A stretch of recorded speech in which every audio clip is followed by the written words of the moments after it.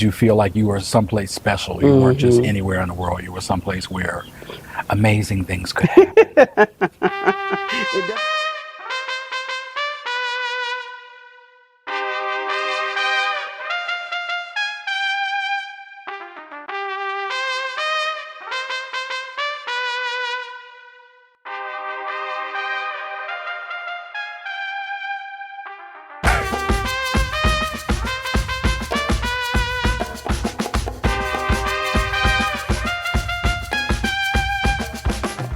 I don't like deserts. If I don't never sweep or dust another thing, I'm telling you, I don't need no desert in my life.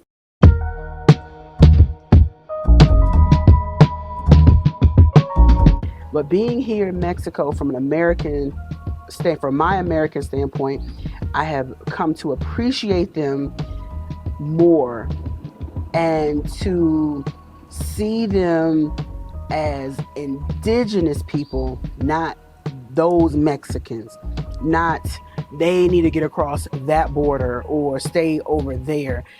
I have come to see them as people who absolutely belong here, people who were here first and should be respected and appreciated as indigenous people, not as intruders, not as invaders.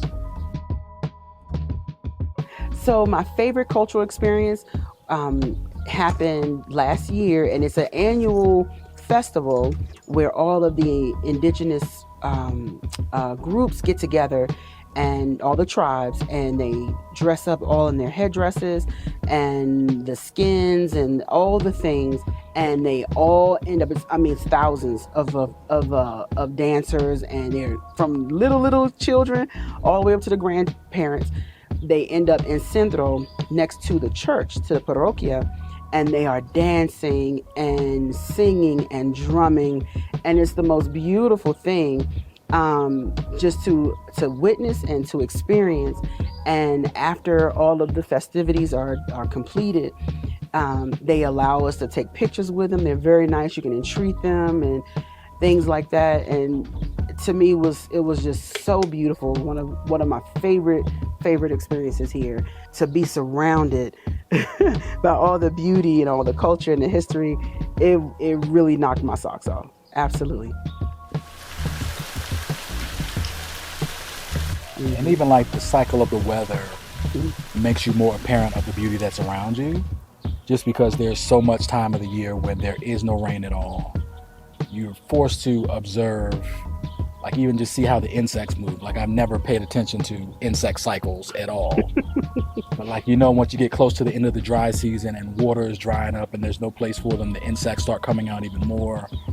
And then when the rain comes, a different kind of insect then shows up. Like even today we were walking around and some particular bug we kept seeing was dead on the ground, like just all over the place, these same dead bugs everywhere. So like you're noticing more of the environment you're in, just even based on the cycles of the rain, just makes things more apparent. And like you're literally waiting with bated breath for that rain to come, because it's been getting hot, it's getting warm, you can hear the festivals are going to kind of call that rain in.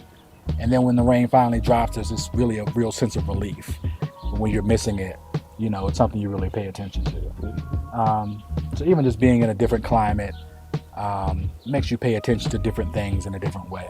And I think that's really a good way to think about slowing down. And we hear people a lot of times talk about coming to Mexico to slow down for a multitude of reasons, but you don't necessarily think about the weather being one of those catalysts of why you want to slow down and take notice to what's happening. But it really does contribute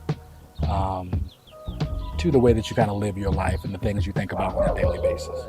Well, the natural beauty is just, is unspeakably beautiful. Period, point blank and simple. The Lord has a hand, and his handiwork is just so gorgeous. The plants, the trees, the foliage, the mountains, the way that San Miguel is designed, the top of the mountain, the valleys, and it's just so beautiful here.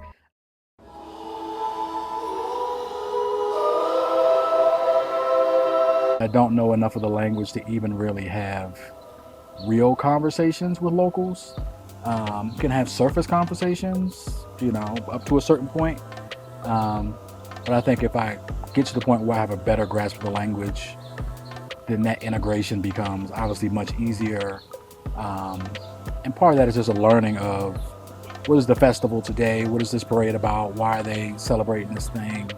Um, why are things the way they are? Like, some of that stuff you learn, and it's really from an outsider's perspective. You're sort of looking in and watching what's going on.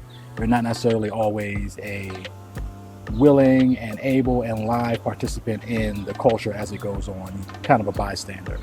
Um, so definitely some work to be done on integrating into the local culture and not just being in Spectator. Mexico, but not participating in Mexico in that way.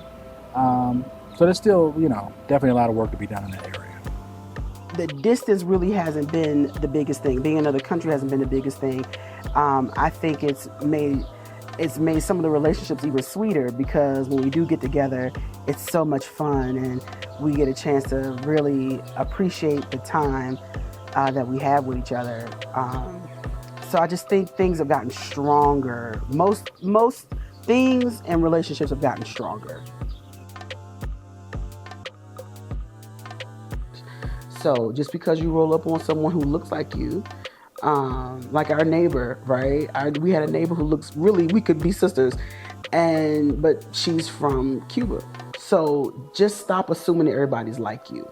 Be okay with learning and accepting that they could actually be different. They could come from a different place. They could be in a different headspace. They could speak a different language than you. Something else that I've learned too, even if they are Americans, if you will, they again aren't in the same headspace. Some people are just here for rest and relaxation. They don't want to talk to nobody. They don't want to sister girl nobody. They don't want to talk about politics. They just want to be here, chill, relax, relate, and release. Mm-hmm. And so I can be excited to see another, black person here visiting or what have you, but they may not be in that space. So just being okay with doing a head nod, throw up some deuces, and keep it moving. Everybody's not going to want to exchange WhatsApps.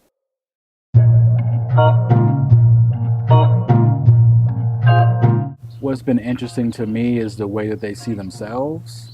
Um, there is this dichotomy of those who feel connected to their indigenous culture and then those who feel connected to Spanish culture, as in Spain. Mm-hmm. Um, Mm-hmm. and both of them see those connections to the culture as power in a way, um, and may not necessarily see each other's power in the same way. It relates to, I think, some of the way African Americans see themselves in the United States as well, of like there are those who connect their cultures back to Africa, and then those who might not necessarily want to make that connection back to Africa, but feel it more in America because we've been here for so long. Mm-hmm. And they're not always on the same page. They're not always seeing the beauty in both of those things because as an African American, you do have both of those things. Your culture is born in Africa, but also shaped and created very strongly from what's happened in America. Um, and the same way here, where their culture was born here from all the indigenous peoples, but was also shaped in a way by Spanish culture. And even more, like Arabic culture also shapes their culture as well. Like there's so many influences, and I think what you might choose to attach to or choose to gain your power from is your own thing. But whereas, there are people here who don't see the Spanish as colonizers, they see them as the goal or the thing to aspire to. You see the same thing in the U.S. where we don't necessarily see white people as the colonizer all the time. We see them as something to aspire to at times. And that viewpoint can be a little misguided and misshapen sometimes. And it's interesting to see that dynamic isn't just an American dynamic. It also lives here in Mexico, and I'm sure it lives in other places that were also colonized by other cultures. They found ways to make sure their imprint lasted long beyond their actual influence. It's just a different way of life, and it does take patience, but some of it is shedding off the old way, or the things that we know to be normal, if you will, the way we were raised and the communities we were raised in. There are differences, here, and so sometimes I wish, we did certain things the way that they do it here. you know. Even though this is a new and interesting space and a different space, you know, we've been able to pretty much replicate a lot of our lifestyle that we've had back home here. Yeah, you're right. Which is probably the reason why we chose here, because it's, less of a change rather than being, in Durango, Mexico, in the middle of a campo somewhere, and you got to go track down a cow if you want some milk. We're smack dab in the middle of a couple of major cities, right? So you have Querétaro, Mexico City, Guanajuato, or something like that. So within a 3-hour radius, you can be at archaeological sites, Starbucks, Cheesecake Factory, P.F. Chang's, see a Rolls Royce, see some donkeys and a horse on your street. Within the city, and order an Uber and then get your groceries delivered. It's so mixed. I really appreciate that. Yeah. I really, really do, because back home, I think you're either on the grid or you're off the grid. But here is literally a mix though. So things here are just a little bit behind the curve. If you're expecting your app for the electricity or the cable service to be super solid and do all the things you want to do, like, it's not going to do that. If you're expecting your bank app to be good, it's not going to do anything easy for you. Right. Like, even trying to put the app on your computer, on your phone, we had to go into the bank branch to get them to put the app on your phone. Well, let's back up though. First of all, to open up that account, to get the app on the phone, only one of us could have it. Right. So like, I opened up a Capital One account. I did it all online in the app. I didn't have to talk to a person. I didn't have to be in person, do anything. I could transfer money into the account. It was all fine. Open an Intercam account. You got to be there in person and provide all this paperwork. Pictures, and be there for 2 hours to get them to open up the account and then put an app on your phone so you can access the account and do absolutely nothing with it because the app is trash. Right. So it's like, why is stuff so much different and so backwards? And I would dare say the laziness in me, I miss like being able to go walk up to a food counter and grab food. Everything here just takes time. When you order, it's going to take time. And yes, there's a Burger King here. Yes, there's a McDonald's here. But it's not like home, right? The States where it's on every corner. Right. You got one McDonald's here. There is one Burger King here. 2 Domino's maybe. And so there is no just, I'm going to go. Depending on where you are in town, you might not have access to any of those things. Exactly. And they're probably not the thing you want anyway. Right. And you're right. Fast thing. They just the fast thing, right? But yeah, just that lack of convenience of being able to get stuff quick has been the most challenging, I think. Yeah. I thought that some people were not speaking to me. That always makes Chris laugh. I'm like, hello. Why gringos don't want to talk to me? Why don't they want to say hello to they me? Ain't gringos. And it's like they don't speak my language. And then it took a while for me to realize, like, oh, they look white. They are white in the way that we Americans, especially Americans, but when it comes to race relations and things like that, yes, they present as white. But they are fully Spanish-speaking people. And so they are not shunning you, they just don't speak your language. And so I have had to really calm down and really be patient and entreat them with their language, And so I do greet people with buenos dias or buenos tardes or what have you. Hello, maybe follow up, but just calming down. I'm probably a little more patient because you are forced to be patient here. You have absolutely no choice but to be patient because they are not going to do nothing fast. That's so true. And also, like, part of that is also empathy of, like, understanding what it's like to be someplace where everything around you, I shouldn't say everything because there are some familiar things here, but a lot of things around you are just foreign and not fully, I think, understanding or even walking in the shoes of someone who is maybe an immigrant to the United States and how jarring and isolated you can feel sometimes because you just don't understand why things are the way they are. Like you don't have that history of why everyone moves slower than what you're normal to.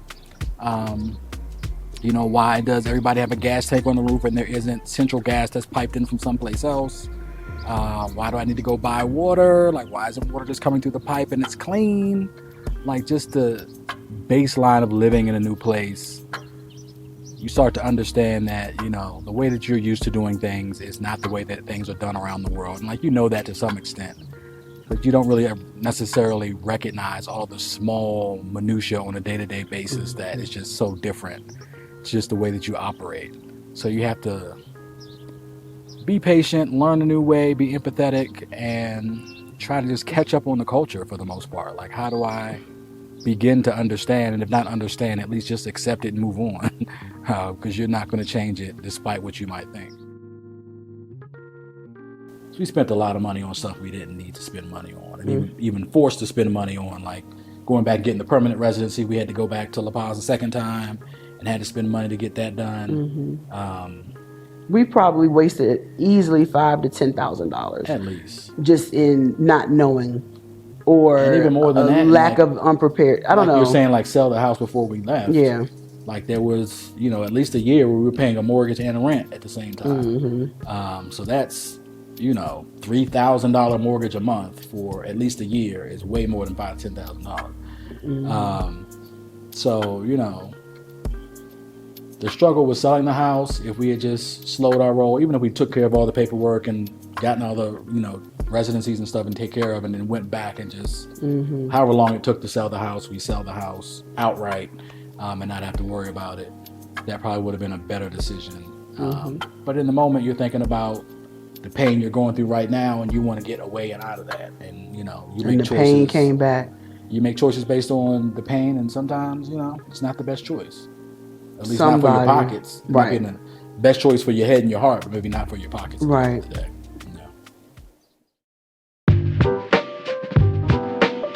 I'm grateful for a lot of things. This experience has taught me a lot about me, my husband, his crazy self. But I think the biggest thing is learning that there is another way.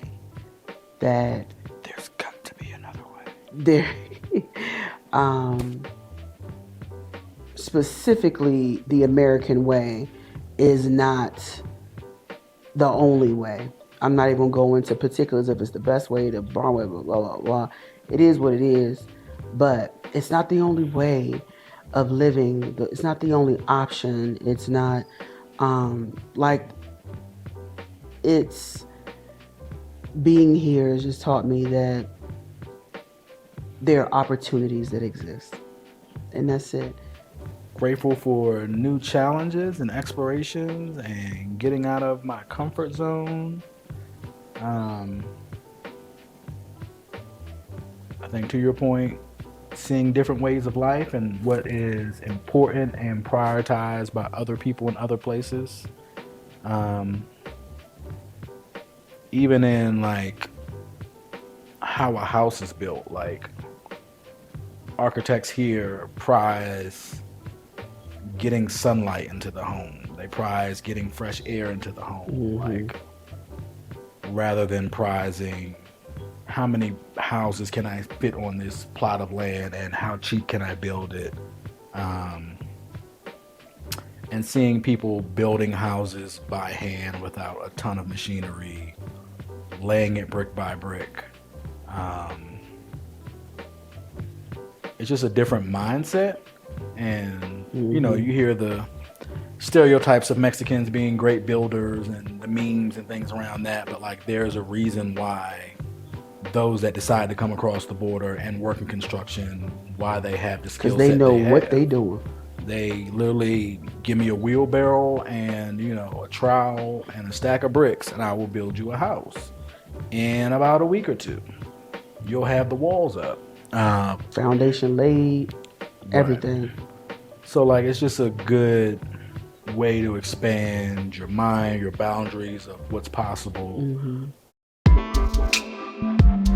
Specifically, just moving abroad has made me more resilient. It has made me more reflective of my strengths, my weaknesses, and my issues. It's stripped away a lot. I think of the fluff that I had back at home. So I've really had to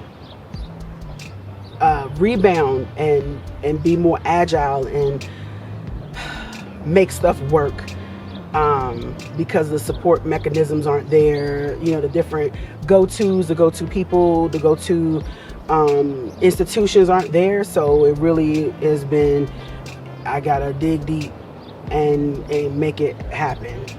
So I think I've learned more resiliency. There have been more health challenges, and we persevered and pressed through them. Family members have gotten sick.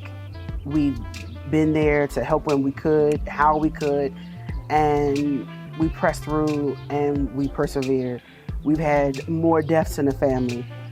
We were there for each other. We were, and we persevered and we pressed through. So it did teach me that I am, adaptable enough to kind of overcome probably any situation. This isn't necessarily the hardest thing. So if we move to, Russia or, someplace like that, maybe it's probably much harder than a move to Mexico. You can still get across the land to the United States if we wanted to.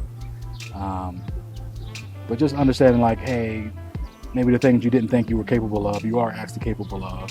And you can transfer that knowledge of self to something else that maybe you thought was out of reach and you couldn't ever do, and maybe you actually can do that thing. So I think it does open up your mind to possibilities that you never thought you were capable of.